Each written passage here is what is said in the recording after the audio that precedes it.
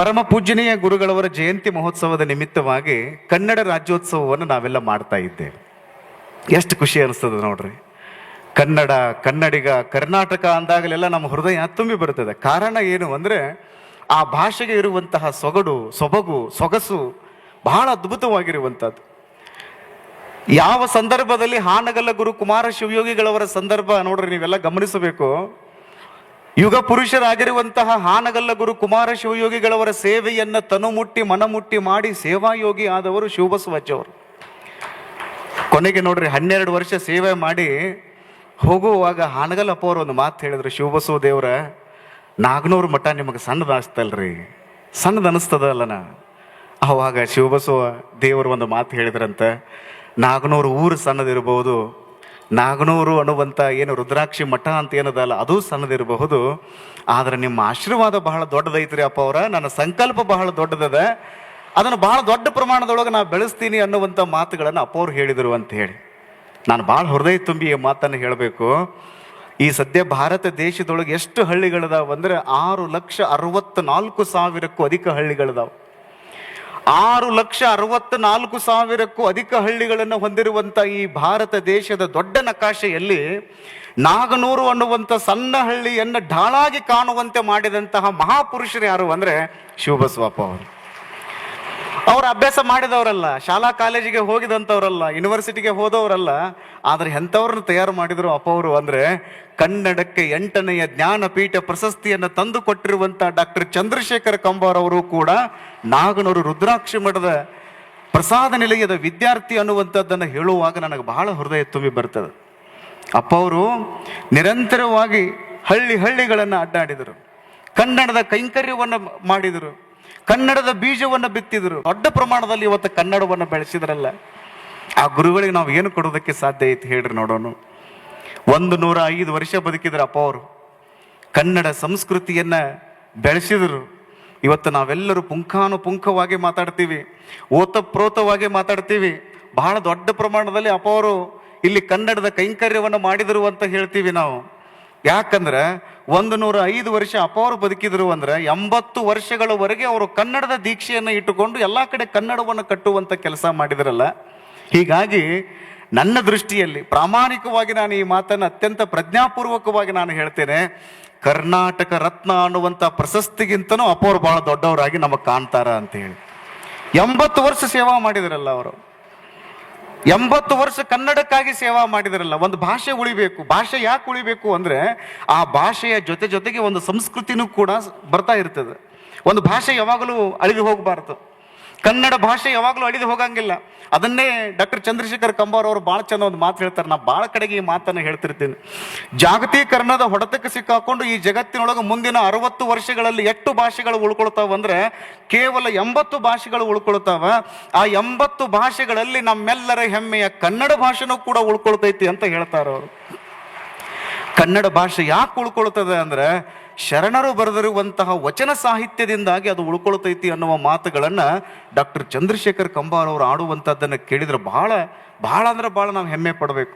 ಅದನ್ನೇ ಡಾಕ್ಟರ್ ಮಹೇಶ್ ಜೋಶಿ ಅವರು ಹೇಳ್ತಾ ಇದ್ದರು, ಕರ್ನಾಟಕದಲ್ಲಿ ಹುಟ್ಟೋದಕ್ಕೆ ನಾವು ಬಹಳ ಪುಣ್ಯ ಮಾಡಿರಬೇಕು, ಅದರಲ್ಲಿಯೂ ಕನ್ನಡ ಭಾಷೆಯನ್ನು ಮಾತಾಡೋದಕ್ಕೆ ನಾವೆಲ್ಲರೂ ಅದೊಂದು ಭಾಗ್ಯ ಅಂತ ನಾವೆಲ್ಲ ಭಾವಿಸ್ಕೊಳ್ಬೇಕು ಅನ್ನುವಂಥ ಮಾತನ್ನು ಬಹಳ ಚಂದ ಅವರು ಹೇಳಿದರು.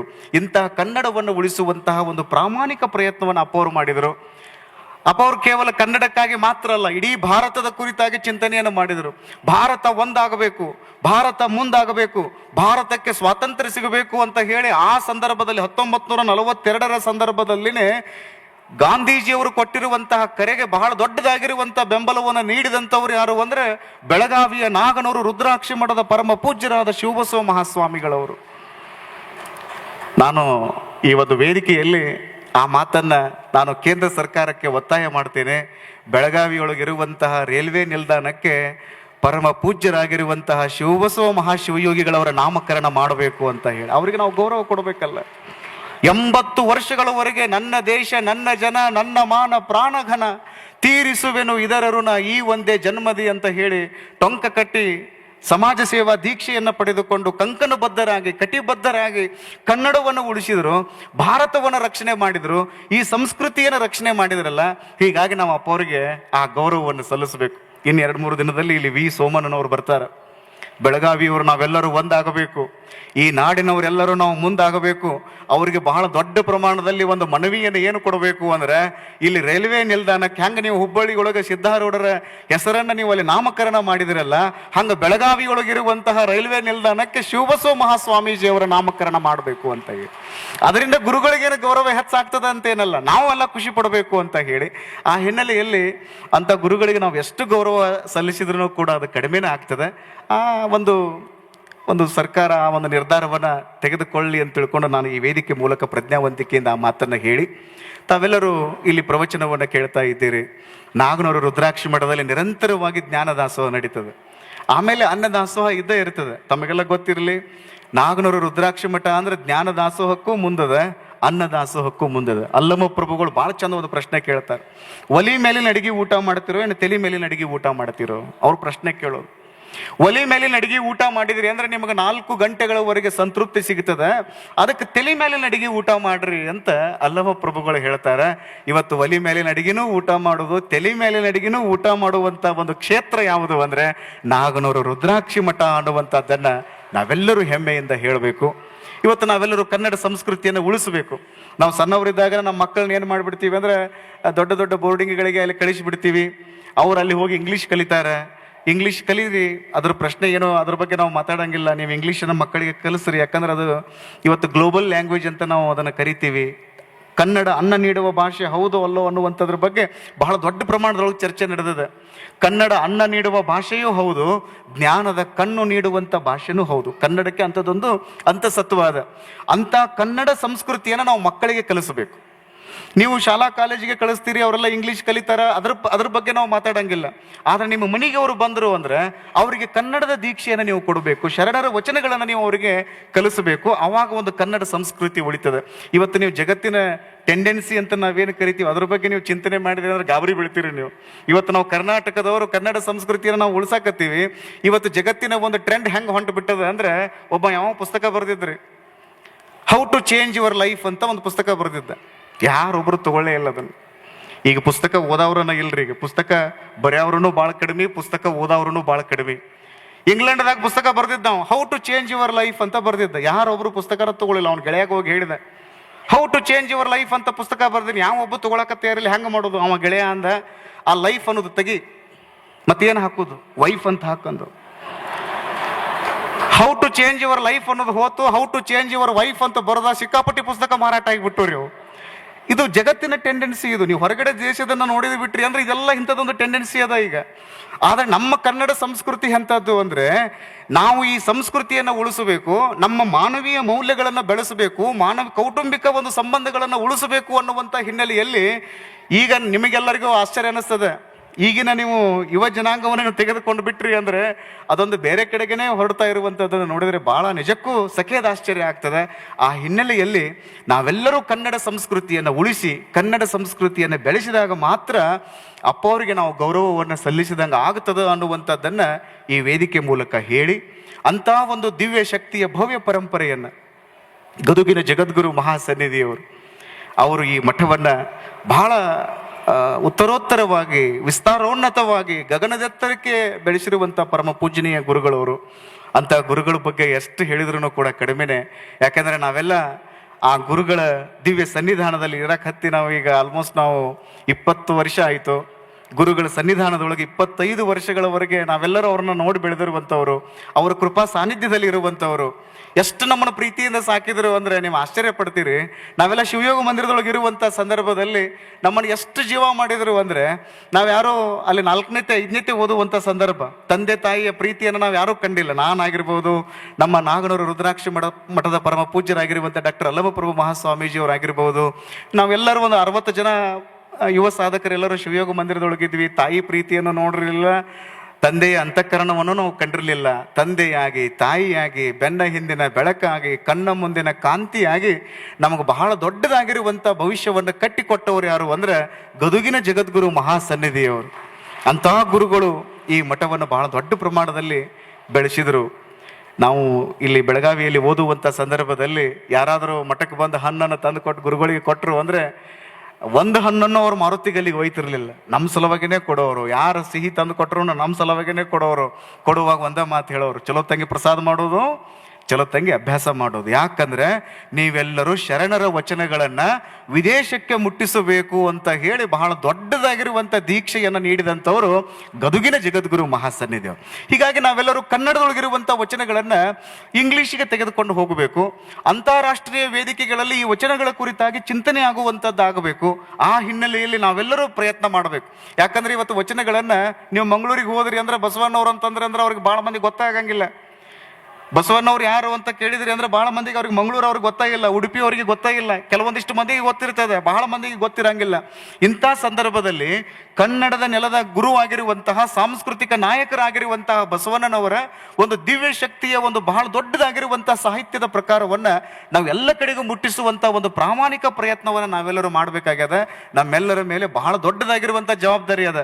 ಆ ಕಾರಣಕ್ಕಾಗಿ ಕನ್ನಡದ ಈ ಸಂಸ್ಕೃತಿಯ ಒಂದು ಅದ್ಭುತವಾಗಿರುವಂಥ ಸಾಹಿತ್ಯದ ಪ್ರಕಾರವನ್ನು ಎಲ್ಲ ಭಾಷೆಗಳಿಗೂ ಮುಟ್ಟಿಸುವಂಥ ಒಂದು ಪ್ರಾಮಾಣಿಕ ಪ್ರಯತ್ನವನ್ನು ನಾಗನೂರು ರುದ್ರಾಕ್ಷಿ ಮಠನೂ ಮಾಡ್ತದೆ. ಇವತ್ತು ವಚನ ಅಧ್ಯಯನ ಕೇಂದ್ರಕ್ಕೆ ನೀವು ಹೋಗಿಬಿಟ್ರಿ ಅಂದರೆ ಬೇರೆ ಬೇರೆ ಭಾಷೆಗಳಲ್ಲಿ ನೀವು ವಚನಗಳನ್ನು ಓದಬಹುದು. ಅಂಥದ್ದೊಂದು ಅದ್ಭುತವಾದ ವ್ಯವಸ್ಥೆಯನ್ನು ಪೂಜನೀಯ ಗುರುಗಳವರು ಮಾಡಿಕೊಟ್ಟಿದ್ದಾರೆ. ನಾವೆಲ್ಲರೂ ಕನ್ನಡವನ್ನು ಉಳಿಸೋಣ, ಕನ್ನಡವನ್ನು ಬೆಳೆಸೋಣ. ಆವಾಗ ಮಾತ್ರ ನಾವೆಲ್ಲರೂ ಕರ್ನಾಟಕದಲ್ಲಿ ಹುಟ್ಟಿದ್ದಕ್ಕೆ ಸಾರ್ಥಕ ಆಗುತ್ತೆ ಅನ್ನುವಂಥ ಮಾತನ್ನು ಈ ಸಂದರ್ಭದಲ್ಲಿ ಹೇಳಿ, ಇವತ್ತು ವಿಶೇಷವಾಗಿ ಕಾರಂಜಿ ಮಠದ ಪರಮ ಪೂಜ್ಯರಿಗೆ ನಮ್ಮ ಡಾಕ್ಟರ್ ಅಲ್ಲಮಪ್ರಭು ಮಹಾಸ್ವಾಮೀಜಿಯವರು ಗೌರವ ಸಮ್ಮಾನವನ್ನು ಇಟ್ಟುಕೊಂಡಾರೆ. ತಮಗೆಲ್ಲ ಗೊತ್ತಿರಲಿ, ಕಾರಂಜಿ ಮಠದ ಪರಮ ಪೂಜ್ಯನೀಯ ಗುರುಗಳವರು ಬಹಳ ಅಪರೂಪವಾಗಿರುವಂಥ ಸಮಾಜ ಸೇವಾ ಕೈಂಕರ್ಯವನ್ನು ಮುಂದುವರಿಸಿಕೊಂಡು ಬಂದಿರುವಂಥ ಗುರುಗಳು. ನಮಗೆಲ್ಲ ಅವರೂ ಕೂಡ ತಾಯಿಯ ಪ್ರೀತಿಯನ್ನು ಧಾರೆ ಎರೆದಿರುವಂಥವರು. ಅಂಥ ಗುರುಗಳಿಗೆ ಇವತ್ತು ನಾಗನೂರು ರುದ್ರಾಕ್ಷಿ ಮಠದಲ್ಲಿ ನೋಡ್ರಿ ಬಂಗಾರದ ಉಂಗುರವನ್ನು ಗುರುಗಳಿಗೆ ನೀಡುವುದರ ಮೂಲಕ ಅವರನ್ನು ಗೌರವಿಸಿದರು. ಬಂಗಾರದಂಥ ಸ್ವಾಮಿಗಳಿಗೆ ಬಂಗಾರದ ಉಂಗುರವನ್ನು ನೀಡಿದರು. ಬಂಗಾರದಂಥ ಭಕ್ತರು ನೀವೆಲ್ಲರೂ ಚಪ್ಪಾಳಿ ತಟ್ಟಿ ಅದನ್ನು ಸಾಕ್ಷೀಕರಿಸಿದ್ರಿ. ಇದೇ ಒಂದು ಆನಂದ ಅಂತ ನಾವೆಲ್ಲ ಭಾವಿಸ್ಕೊಳ್ಬೇಕು. ಆ ಹಿನ್ನೆಲೆಯಲ್ಲಿ ಪರಮ ಪೂಜ್ಯರಾಗಿರುವಂಥ ಡಾಕ್ಟರ್ ಅಲ್ಲಮಪ್ರಭು ಮಹಾಸ್ವಾಮಿಗಳವರು ಸಮಾಜ ಸೇವೆಯನ್ನು ಒಂದು ವ್ರತವಾಗಿ ಸ್ವೀಕಾರ ಮಾಡಿದಂಥವ್ರು. ತಾವೆಲ್ಲ ಅವ್ರನ್ನ ಗಮನಿಸ್ತಾ ಇರ್ತೀರಿ. ಇವತ್ತೆಲ್ಲ ಕಡೆಗೂ ಅಡ್ಡಾಡ್ತಾರೆ. ಅವ್ರು ಕಾಲಿಗೆ ಚಕ್ರ ಕಟ್ಕೊಂಡಂಗೆ ಅಡ್ಡಾಡ್ತಾರೆ. ನಮ್ಮ ಅತನಿ ಭಾಗಕ್ಕೆ ಬರ್ತಾರೆ, ತುಬಚಿ ಭಾಗಕ್ಕೆ ಬರ್ತಾರೆ, ಮತ್ತೆ ಇಲ್ಲಿ ಬಂದಿರ್ತಾರೆ, ಮತ್ತೆ ಬೆಂಗಳೂರಿಗೆ ಹೋಗ್ತಾರೆ.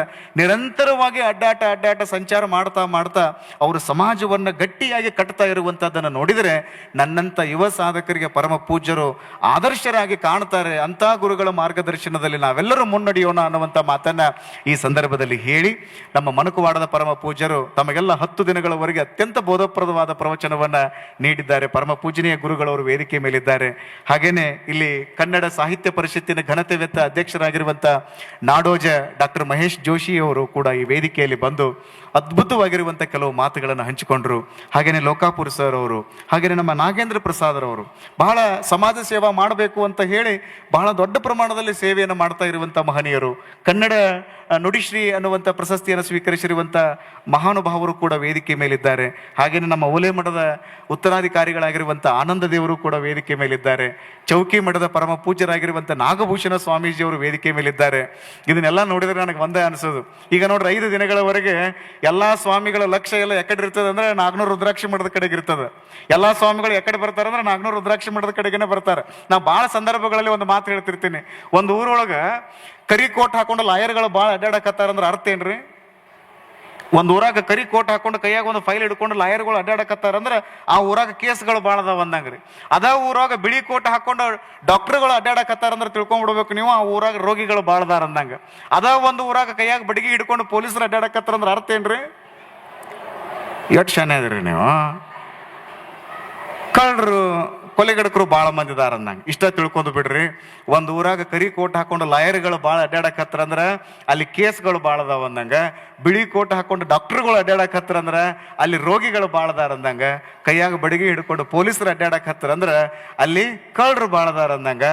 ಒಂದು ಊರೊಳಗೆ ಸ್ವಾಮಿಗಳು ಬಹಳ ಮಂದಿ ಅಡ್ಡಾಡಕತ್ತಾರ ಅಂದ್ರೆ ಅರ್ಥ ಏನೇನು ಅಂದ್ರೆ ಆ ಊರಾಗ ಭಕ್ತರು ಭಾಳ ಅದಾರ ಅಂದಂಗೆ.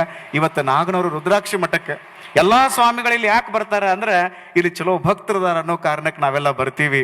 ಈ ಮಠದ ಋಣ ಎಷ್ಟು ತೀರಿಸಿದ್ರೂ ಕೂಡ ಕಡಿಮೆನೇ ಅನ್ನುವಂಥ ಮಾತನ್ನು ಈ ಸಂದರ್ಭದಲ್ಲಿ ಹೇಳಿ ಪರಮ ಪೂಜನೀಯ ಅಲ್ಲಮಪ್ರಭು ಮಹಾಸ್ವಾಮೀಜಿಯವರ ದಿವ್ಯ ಚರಣಗಳಲ್ಲಿ ನಮಗೆಲ್ಲ ಬೆಳಕಾಗಿರುವಂತಹ, ಬಹಳ ಬೆಳಕಾಗಿರುವಂತಹ ಗದುಗಿನ ಜಗದ್ಗುರು ಮಹಾಸನ್ನಿಧಿಯವರ ದಿವ್ಯ ಚರಣಗಳಲ್ಲಿ ಮತ್ತೊಮ್ಮೆ ಶರಣಾರ್ಥಿಗಳನ್ನು ಸಲ್ಲಿಸಿ ನನ್ನ ಮಾತು